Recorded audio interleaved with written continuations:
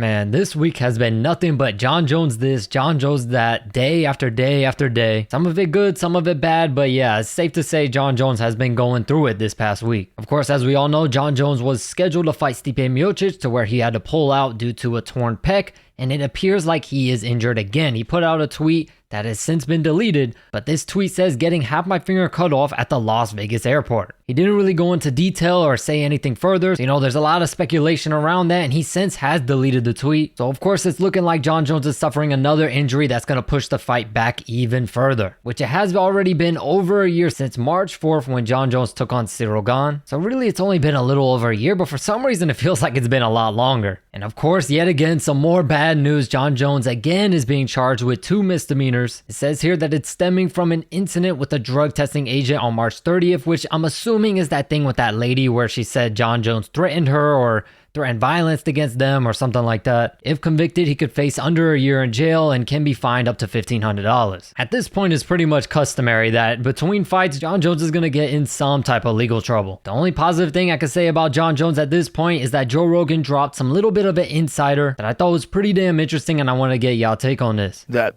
Dana is not opposed to the possibility of a joint promotion with Jon Jones versus Francis. Wow, that would be huge. So Joe Rogan here is saying that Dana White isn't opposed to there being a cross-promotional bout between the UFC and Jon Jones and the PFL and Francis Ngannou. I see the positives to it, but I also see the negatives. In my personal opinion, I think that ship has sailed. That fight was supposed to be done years ago. In my opinion, there's better fights on the table in the UFC for Jon Jones. I'd rather see him fight Tom Aspinall than Francis Ngannou now. Or hell, even Alex Pereira moving up to heavyweight and taking on Jon Jones would be a massive freaking fight. Plus, I think it's a lose-lose situation for the UFC if they were to do a Jon Jones versus Francis Ngannou UFC versus PFL type fight. Because if Jon Jones wins, he was supposed to win. He's probably going to be the big time favorite anyways. If Jon Jones loses, now you're giving the PFL some credit, and as we all know, most of the promoters on these other fight promotions, they like to talk shit about the UFC to try to boost up their fighters. So if Ngannou were to beat Jon Jones, it's just bad business for the UFC. And just like I said, there really is no upside to winning because Jon Jones is supposed to beat Francis Ngannou anyways. But this whole week has been an up and down roller coaster, some good, but a lot of bad. Feel free to let me know your thoughts about it all in the comments down below. As always, I thank you all so much for the support, and I'll catch you in the next video.